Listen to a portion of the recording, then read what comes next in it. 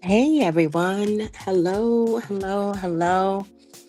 I know it's a little later in the day over here on the East Coast, but I I've been like just relaxing, guys. Gathering all of some very important details that I wanted to share with you today related to day 2 of jury selections.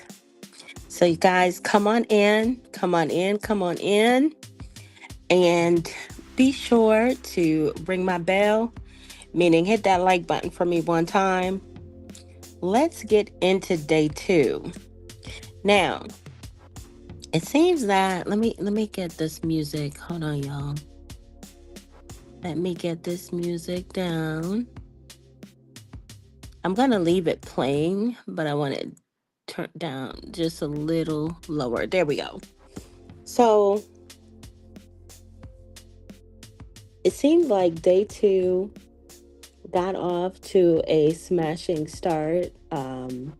Day 1, they were able to identify 19 prospective jurors. Basically, what they're doing is they're going from 150 individuals, sifting through these folks, trying to get to like 45. And from that 45, they will then dwindle that number down to the 12 men and women of the jury and 6 alternates, which personally I think that they need to have more alternates just in case, because I mean, once you get started, you really don't want to stop. And this is going to be a major case. It's actually scheduled for, I think, what did they say? 8 weeks? Wait, is it 8 weeks? 2 months. Let's see, 8 weeks. So it's that's a pretty good amount of, that's a long time for you to have someone not have a family emergency come up. Uh, Jurors may get sick. You never know. So I don't know if 6 alternates is going to be enough. Hopefully it is. But at this juncture, that's what they're looking to identify. So,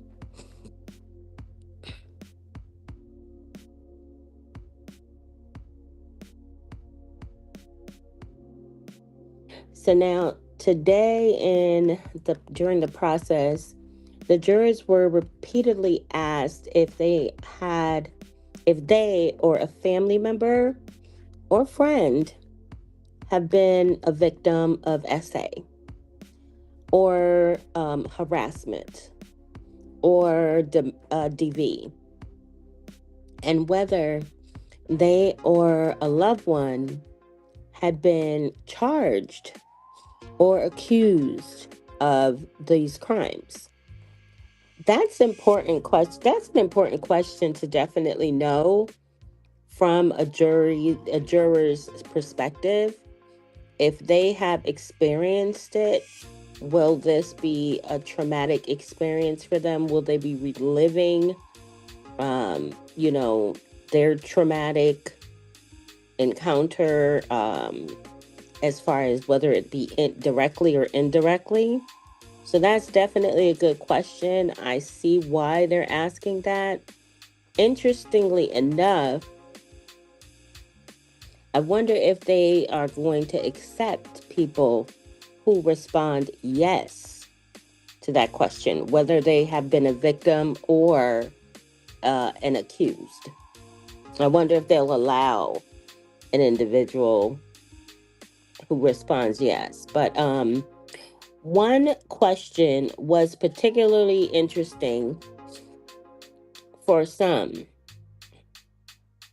Have you communicated to others, posted your opinion on social media or online, or liked any social media post about Mr. Combs?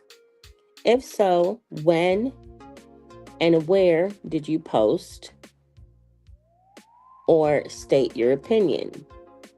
Now, this is the federal government, so I hope these jurors are going to be very honest with their response, because they'll be able to find if they had an opinion and posted prior to them being seated in this jury. But that also is a very good question, because it's important to know if they have formed any opinion prior to coming into jury selection, whether it be positive for the defense or negative, or positive for the defense or positive for the prosecution. It doesn't matter.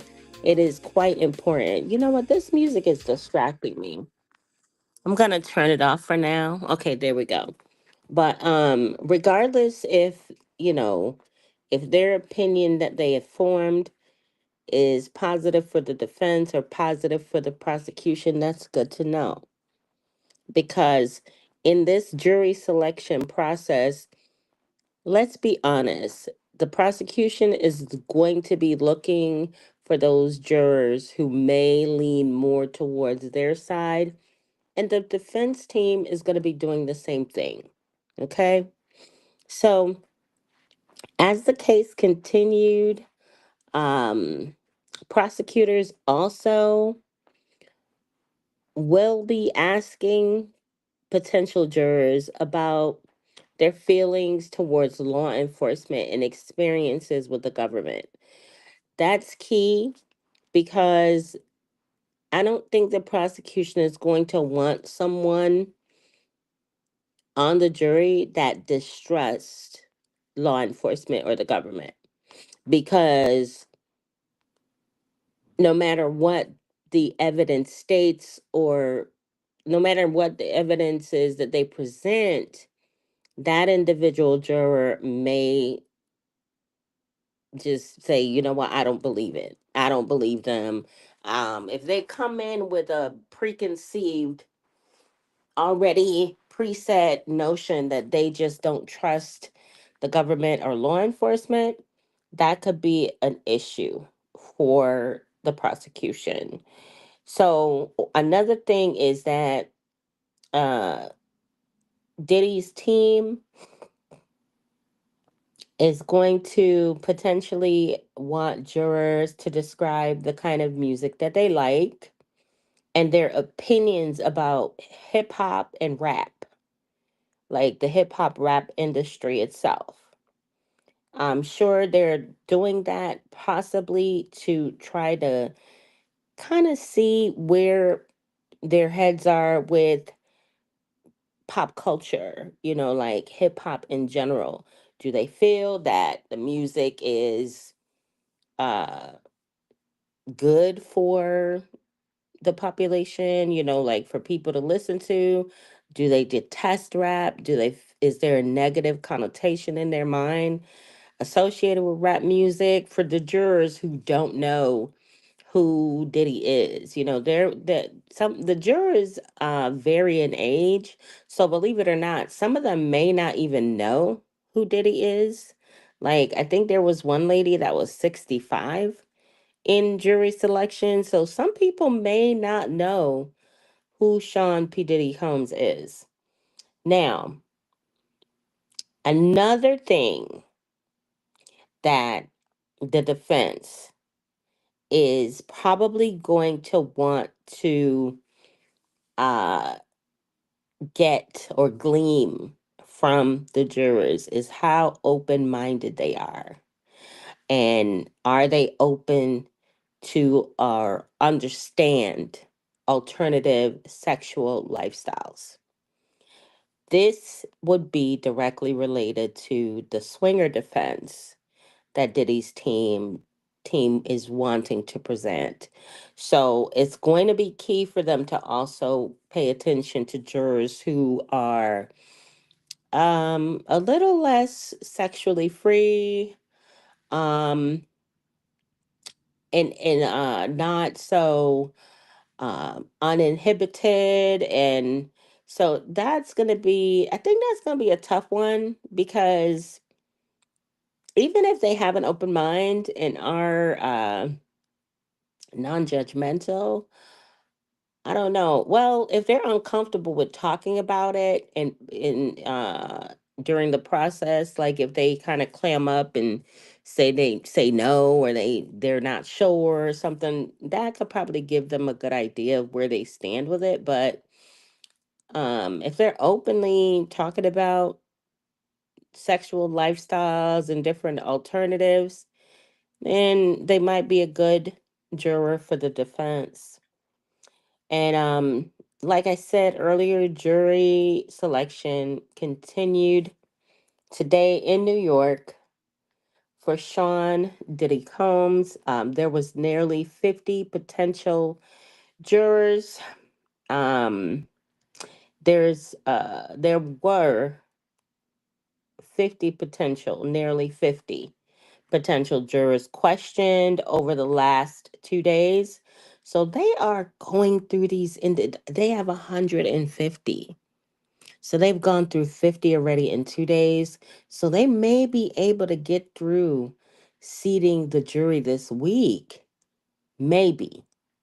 Because in 2 days, they've gone through 50 of the 150. So 2 more days, they'll get through. They need to step it up. I don't know. They have opening statements scheduled to happen on May 12th, which is next week, Monday. I don't know that they're going to make it, because I don't know. We'll see. We shall see what happens. I'll keep you guys posted, because 50 in 2 days, that would mean 2 more days, they'll have another 50, and they'll need 2 more days for another 50 of the 150.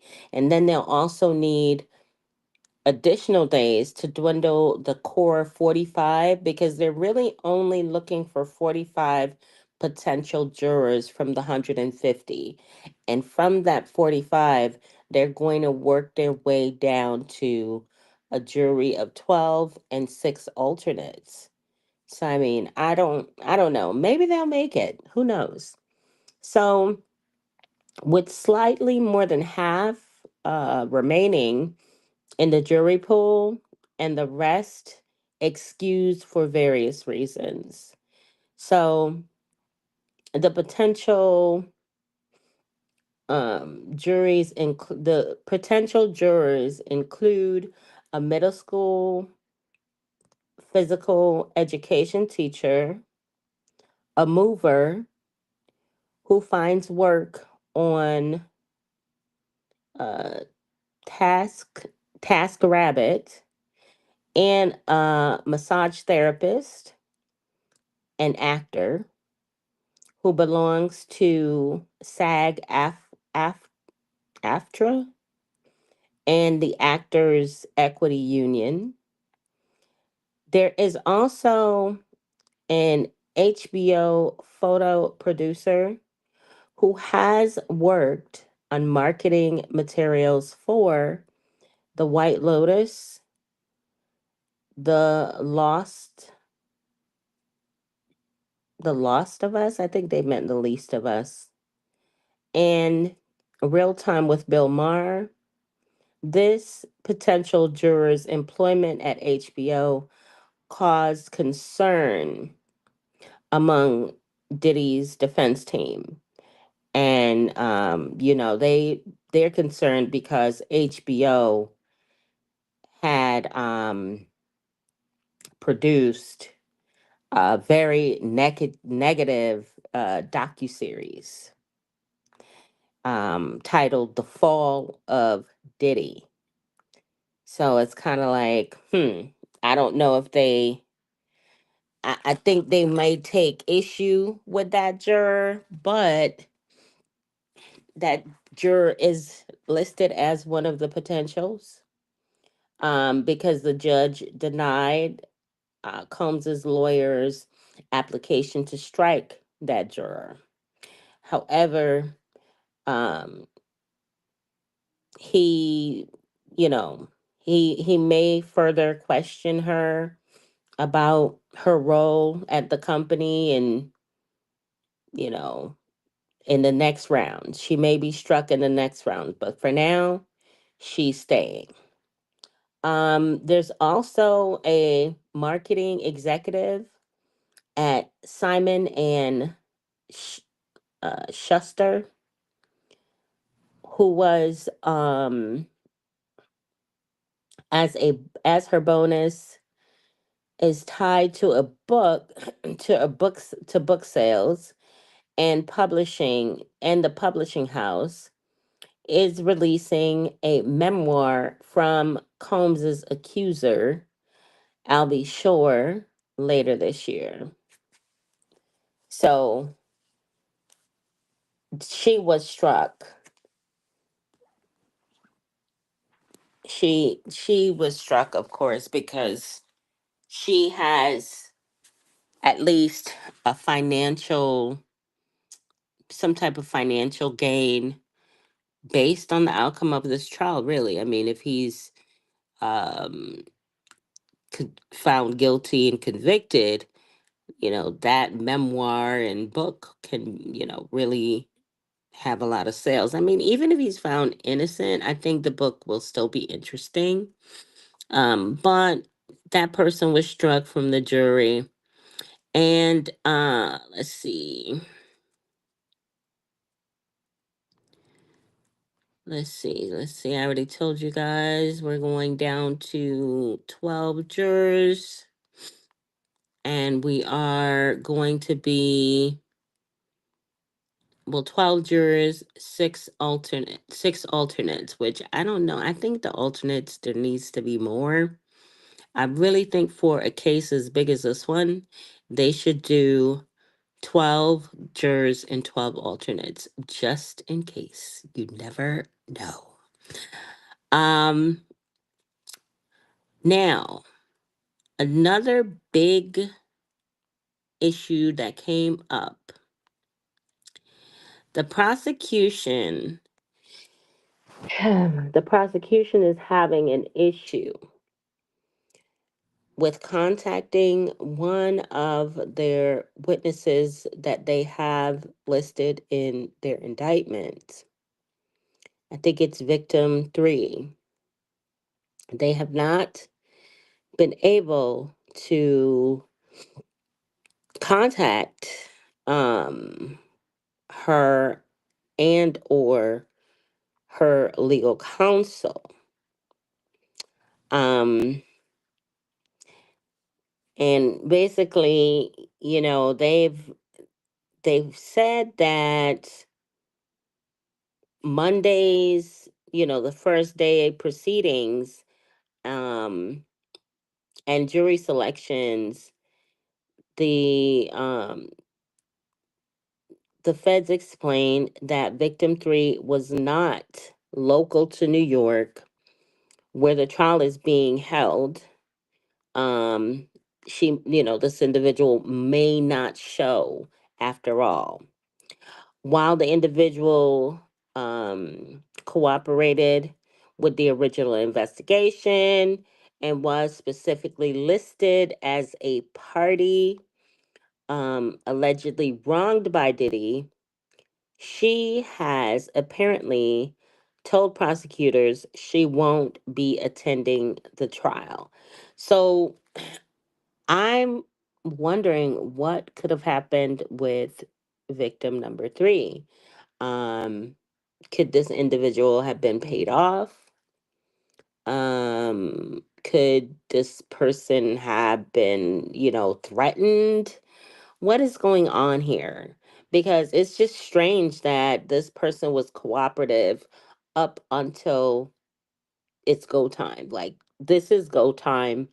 The trial starts on Monday, officially and unofficially, because if they don't get through jury selections this week, they will have to push opening statements back a little bit. But it strikes me as odd. Um, but the individual was subpoenaed, meaning that the court issued an order for her to provide sworn testimony at the trial. Nonetheless, prosecutors told the judge it was difficult to get in contact with both the woman and her personal attorney, and she may not show up.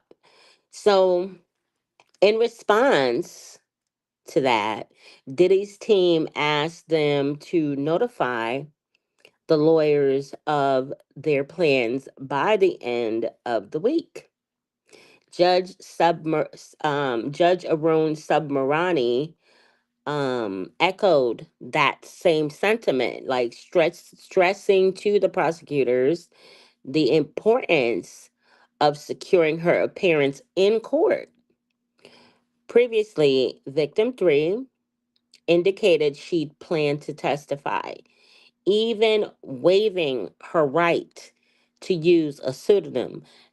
So she actually was waiving her right to be anonymous. She wanted the public to know who she was. And this is according to court documents. So, guys, um, will victim three just be able to not show up after a subpoena? What is a subpoena? A subpoena is a legal document that orders someone to do one of two things. One, appear in court to testify as a witness. This is called a subpoenaed testimonium. Or two, provide documents, records, or other evidence for a case. This is called a subpoena documentus. Documentus mentum. So, failing to comply with a subpoena can lead to legal penalties such as fines or even arrest, depending on the jurisdiction. While the court hasn't yet revealed her name, she was expected to tell her story without obstructing her identity. Now, if this individual does not show up in court, I mean, the judge can actually enforce the subpoena. He certainly can. He would be, and the prosecution, they can definitely enforce the subpoena and make it an issue for her because they are in, this is the home lap. Well, not the home lap, but they're in the beginning of the race. And she has taken all of the necessary steps to be considered a part of the case. So I don't know. It's a little too late. I would imagine it's just a little too late for her to pull out at this juncture. But now we're going to listen to, who is this? Law Crime and their update. Is it Law Crime? Hold on. I think so. For their update from today.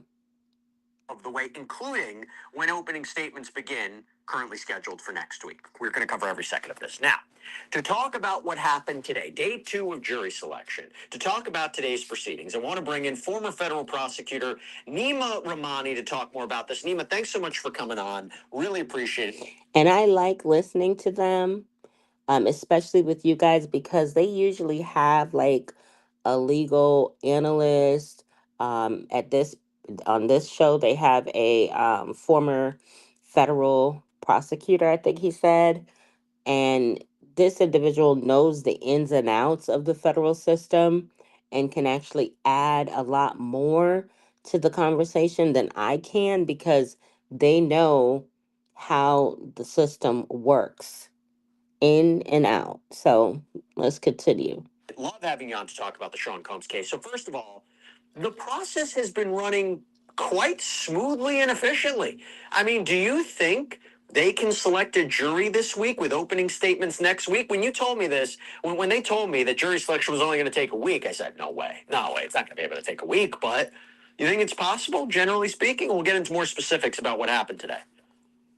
Jesse, first of all, love being on, and we're almost there. Next week, I do believe we are going to get a jury selected this week. And I think the reason we are, really, there's two reasons. One, we're in federal court. We know these federal judges like to move. They're really limited when it comes to what they perceive as for cause challenges. If some of these potential jurors say, hey, I can be fair and impartial, that's good enough for most judges. And they'll say, you know what, counsel, you got to use your peremptory on them. The other reason I think we're moving quickly is because we're having judge voir dire as opposed to attorney voir dire. Attorneys can ask all sorts of questions because, look, let's be honest, Jesse, there's only one person in that courtroom that wants a fair and impartial jury, and that's Judge Subramanian. The lawyers, they're going to want jurors who are favorable.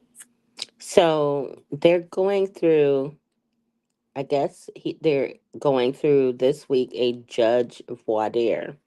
And that's basically the judge is in charge mainly of questioning each potential juror. So if that's the case, they may make it through the 150 because Judge Subramani, he wants to stay on track. He wants this trial to begin. As far as the timelines, what he has penciled in on the calendar, he wants everything to occur as stated, as documented and etched out already. He does not want anything to knock them off of their timeline. He wants this thing started and ended, whether he be found guilty or innocent. He just wants this process to begin now. So they may indeed then make it through. Their case. I mean, that they're advocates. That's just the reality of it. So what? Lawyers tend to be a little bit more. What did you say? You what? They don't want fair and impartial. They want jurors on their side.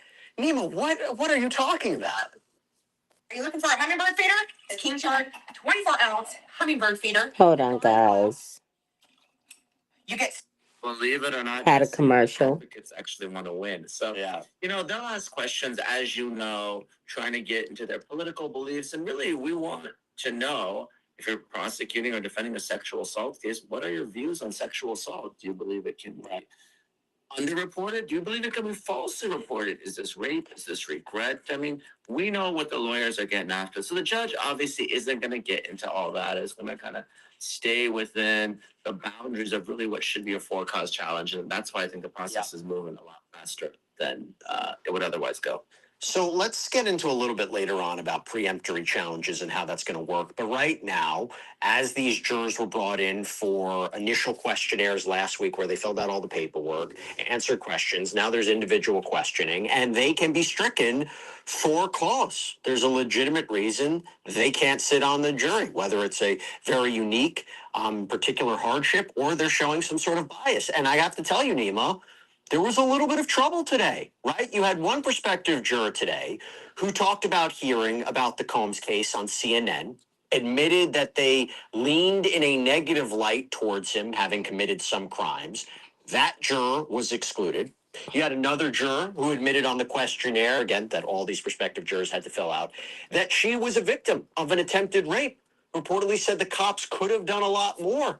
But this juror wrote on the questionnaire that P. Diddy has money and he could buy his way out. And when asked by the court, well, what did you mean by that? She apparently doubled down and said, just what I wrote. She. Can you imagine Diddy sitting in that courtroom listening to this woman who he doesn't know and doesn't really know him? However, she's formed an opinion about him based on the fact that he has money. That has to be very, very intimidating and very scary to him. Like, extremely scary to him. I mean, it would be to me because that's just the reality of the situation. He's going to have perfect strangers listening to the evidence and ultimately making a determination on his innocence or his guilt. So, sitting in the courtroom today, listening to this woman, um, say what she said, that he could just buy his way out of trouble, had to be like, whoa, oh my goodness, I didn't think people, the first kind of reality check. That had to be the first real reality check. Of course, I'm sure that his defense counsels has been like prepping him and letting him know, like, listen, these people are probably going to have their own opinion about you, but it's one thing for somebody to prep you for something like that versus for you to hear it in like real time. So, let's continue. He was excused for cause. Another juror, who has a son that works in the DA's office of Rockland County, New York, conceded they aren't sure if they could be fair and can't promise they wouldn't be biased. Struck for cause. Another juror who admitted they would be biased for law enforcement, struck from this jury. Nima, I gotta say, this is what I anticipated would happen. Now, first of all, credit to these prospective jurors for being honest or purportedly being honest, but I expected we would have a lot of people that would show a sense of bias in this case. I think that's right, Jesse. First of all, in any case, there are a lot of people that just want to get off jury duty, right? They get that summons in the mail and they don't want to be there, especially for a 2-month trial. That's going to get a lot of press and not just attention here, international attention. Now, you have some stealth jurors that maybe want to get on this panel and write a book about it and go on the talk show circuit after this is all said and done. But most Americans aren't really excited to serve as jurors. So you'll get folks that will say anything to get off the panel. Now we're here, we're talking about a celebrity, we're talking about sexual assault, and we know that a lot of people have been victims of sexual assault or sexual abuse. So this may hit close to home, and they might not be good jurors on this type of case. And like you said, they may be honest about their experience, not because they want to get off the panel, but because this may be triggering and they may have to relive through trauma that they themselves have experienced or a loved one has experienced because of sexual assault. So those jurors are also getting off. But like you said, this is the type of case that is going to stir up a lot of emotions from a lot of different folks, whether it's race, whether it's law enforcement, whether it's gender and sexual violence, you name it. This case has it. And look, these are jurors who have to expect to not only know who Sean Combs is, but they're probably been exposed in the last year and a half to material about him. So whether it's the lawsuits, the CNN video, things like that, they've already formed an opinion about it. So aside from the jurors who, by the way, who mentioned or exhibit signs of bias, you also had other jurors who have conflicts or have medical issues that struck them from the jury too. For example, you had one female juror who expressed she has these stomach issues, needs multiple bathroom breaks, struck from the jury. That's not going to work when, you have prolonged testimony and maybe not the ability to have multiple bathroom breaks and is going to be distracted. But we have another issue, another juror, actually, to be more specific, that highlights a key issue in this case. The footage from the LA Intercontinental Hotel of Combs purportedly beating up Cassandra Ventura back in 2016. Key piece of evidence in this case. Combs issued an apology on Instagram when a portion of that video was published by CNN last year. This was before his arrest. And again, we believe this is going to be a key piece of evidence for the prosecution to establish that Ventura, who we believe is victim one in this case, was trying to escape a freak-off, that there was a sex worker in the hotel room, i.e., this is evidence of sex trafficking. At least that's the argument to be put forward by the prosecution. Well, what happened? You got a juror today who reportedly told the court, yeah, they saw the video, and despite this juror saying they could be fair in court, saying that in the court today, on the questionnaire that this juror filled out, apparently the juror wrote they were unsure if they could be fair. But the juror said they would listen to the court's instructions on this. Nonetheless, the juror was excluded. But Nima, this tape, so problematic for jury selection, right? No question, because like you said, typically when you walk into that courtroom, you haven't seen the evidence in the case, but this is not your ordinary case. Everyone has heard about Sean Combs. Everyone has seen that video. I disagree. I don't think that everyone has seen that video. I don't know. I don't know that everyone has seen that video. I know CNN released it, and I know that it was kind of making its rounds on social media, but it was not like, I don't recall it being heavily circulated on social media. Do you guys recall it being like heavily circulated? I think it like was put out there and then like kind of pulled back for some reason. It's disturbing. It is offensive. You know, like he said, I mean, he's holding his towel with one hand. He's beating her as she's trying to leave. How can you not form an opinion? So you have jurors that generally have views on these issues. Then they're bringing their preconceived beliefs about the case because they've all seen the video. And this is one of those unicorn type cases that everyone has already heard about. And there's video evidence. And I expect there to be even more video evidence in the case. So whether it's a case like this or Luigi Mangione, we've all seen the video. Brian Koberger with the bathroom selfie. The Oh jurors yeah. that walk in that courtroom, they're going to have prejudged the evidence. So if they say that they can't be fair and impartial either in their questionnaire or an open court, it may be hard for the lawyers to rehabilitate them, right? Because if you're a lawyer on the case and you think it's a bad juror for the other side, you're going to want to try to make them seem fair and impartial to force the other side to use one of their peremptories, not give them excuse for cause, because of course, cause challenges are unlimited. And we're going to talk about peremptory, I promise. Anybody. Okay, so I if you guys want to check out that full video, it is available on Long Crime Sidebar. That's all of what I wanted to play here tonight. The next thing I wanted to talk about was quite interesting, that it's only been one day into jury selection. Well, Sean P. Diddy Combs's trial, and the prosecution team is drawing the battle lines, ladies and gentlemen. They have uh, drafted a letter to Judge Arun Subramanian regarding the rap mogul's defense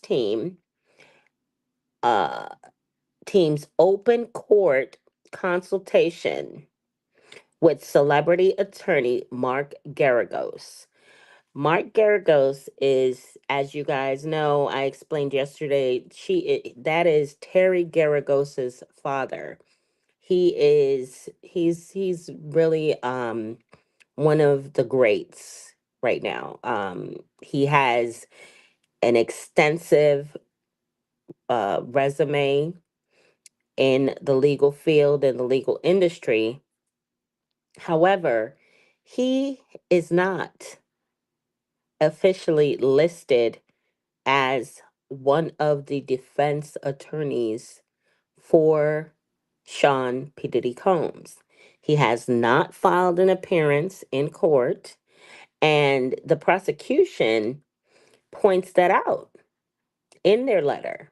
They say that he is not on the defense's roster of lawyers, but is a member of the media who hosts a podcast where he discusses the case. So the letter submitted by United States Attorney Jay Clayton on Monday reminds the judge of local rule 23.1, specifically rule 23.1C, after noting how Mark Garagos, the star attorney to celebrities and father to one of the defense leads, Terry Garagos, did not file a notice of appearance in court and has no official role in the defense of Combs. So they're not playing. They are not playing, and they shouldn't play. They should not play. If they want to consult Mark Garagos on this case within, open court or privately, what have you, he has to be listed in court documents as being a part of the team. They can't just ask him questions or ask him how to maneuver or ask him what to do, because especially with the fact that he hosts a podcast where he discusses the case. So yeah, that's not that's not gonna go.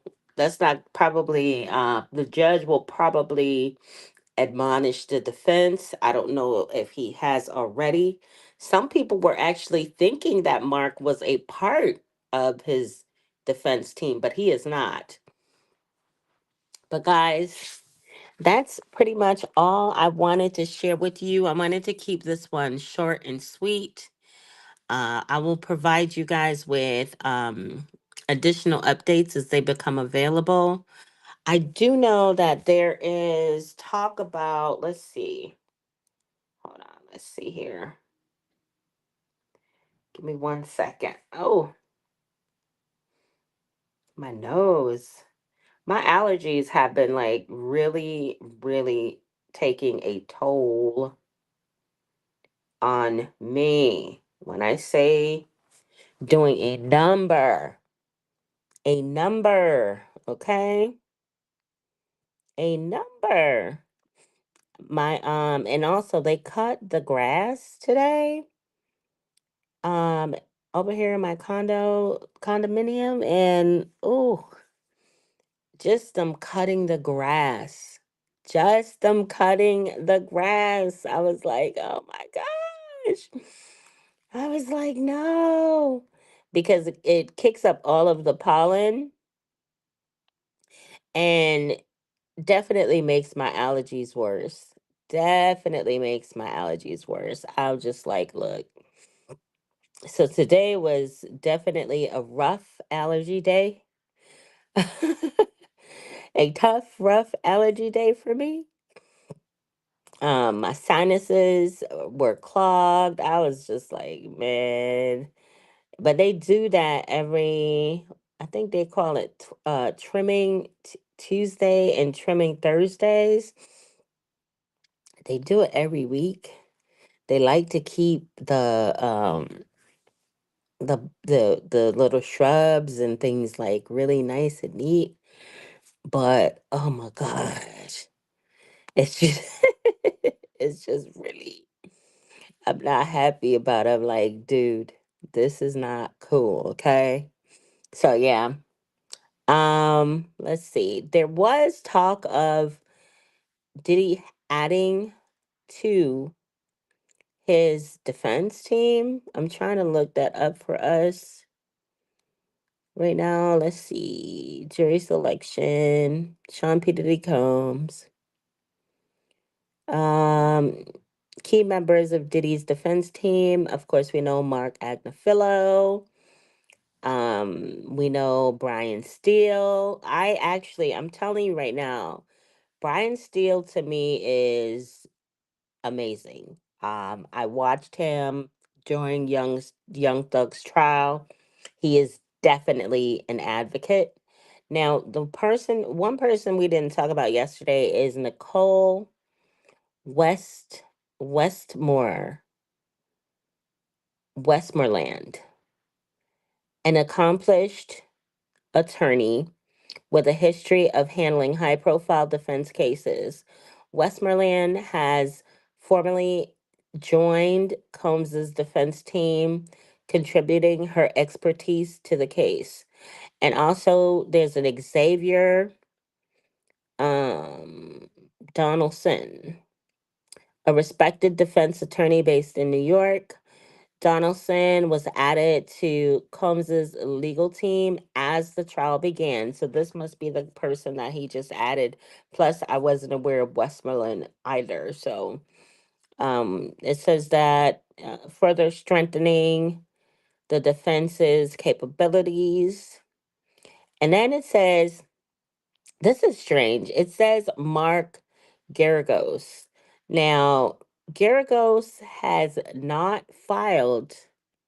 Yeah, it says here, although not officially filed as a counsel, his involvement has drawn attention, particularly after discussing the case on his podcast, leading prosecutors to seek a formal admonishment for potential violations of trial conduct rules.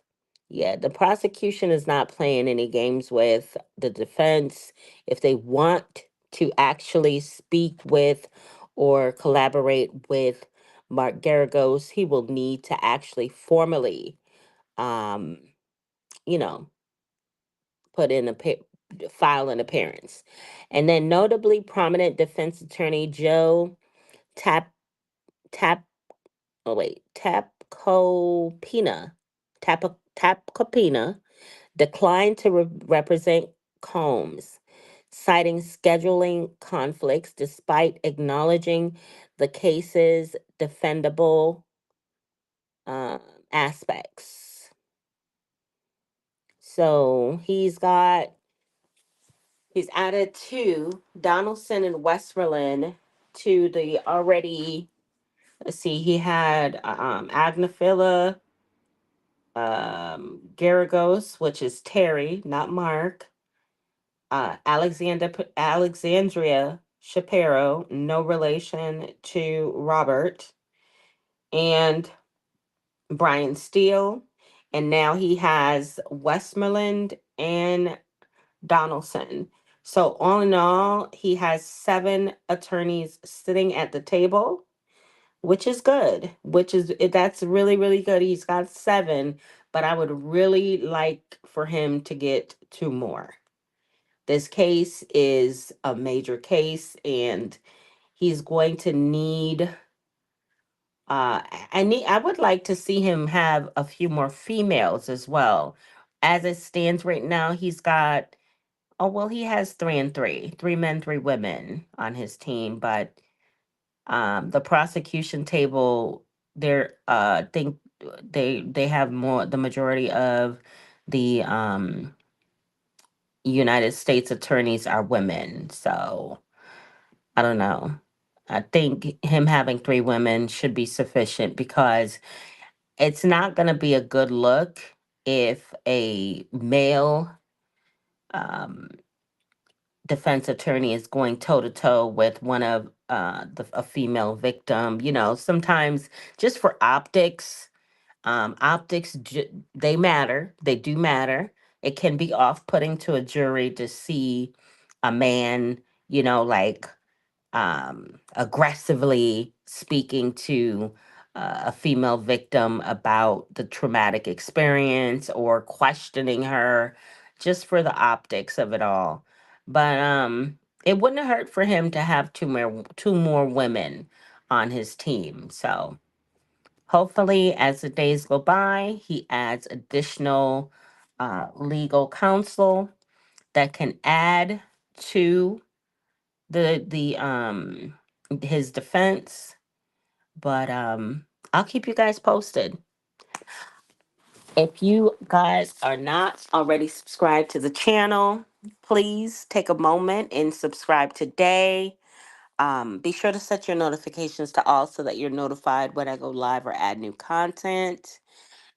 And what do you guys think about how it's shaking out? Like, one woman said today that she believes that coming in as a juror, as a prospective juror, she feels like Diddy has a lot of money. He could just buy his way out of things. Do you think that's possible? Do you think that's what's been going on for all of these years?